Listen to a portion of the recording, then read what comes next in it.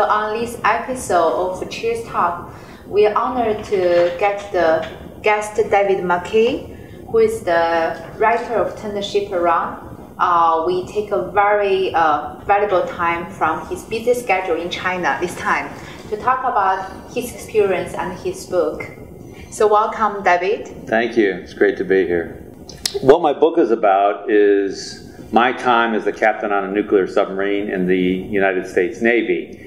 And one of the things that I learned was that the way I thought about being a leader, the way I thought about giving people orders and giving them instructions was not the best way to be. When I gave people orders and gave people instructions, they did what they were told, but they wouldn't think. And I really needed people to think. So I changed all that, and I would ask them what they thought. I gave very few orders, and I let my people tell me what they needed to do. Okay, that's very interesting. So actually you touched on one major points from your book about give control instead of taking control. Right. So can you share more about your views on that? How to really? Right. So it's the same on a submarine.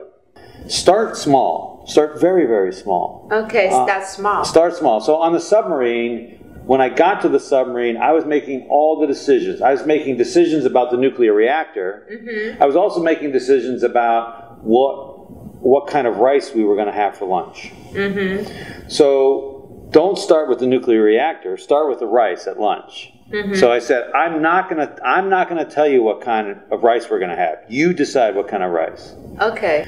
The other thing is they really need to know their jobs.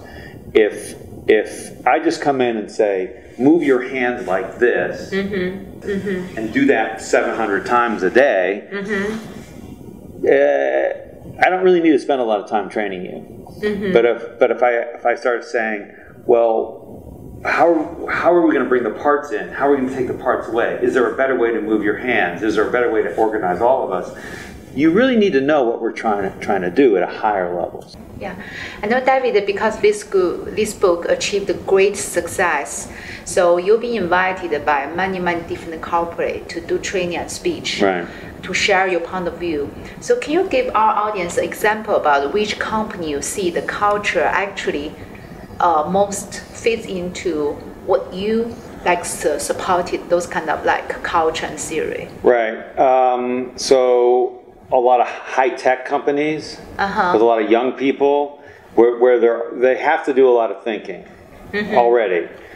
There's two kinds of work. Some of the work is, mm-hmm, doing the procedure, and some of the work is creative work, like the thinking part. And we have to be clear. This is a procedure. Follow the procedure. Safety rules, for example, mm-hmm, compliance laws, things with the reactor.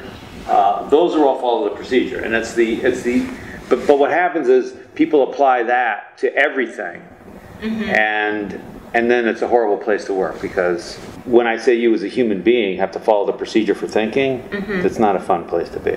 Mm-hmm. So at the end of today's interview, you have something to say to our audience here? Want to share with them? Yeah, look, so I've had great fortune and great luck in my life, for me, right? But when I think about the end of my life, and I think about what's really important, it's not my fancy car or my big house.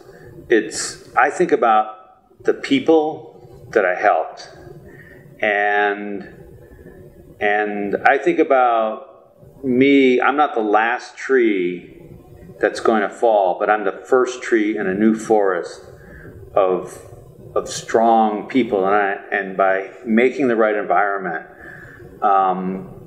they will have their stories, and they will grow like trees to the sky, and they will achieve really good things, and that's what really makes me happy. And I think so for anyone who wants to be a leader, that's where you want to be. You want to think, take care of your people, think about the people, and do what you can for the people, because in the end, that's the best thing for you.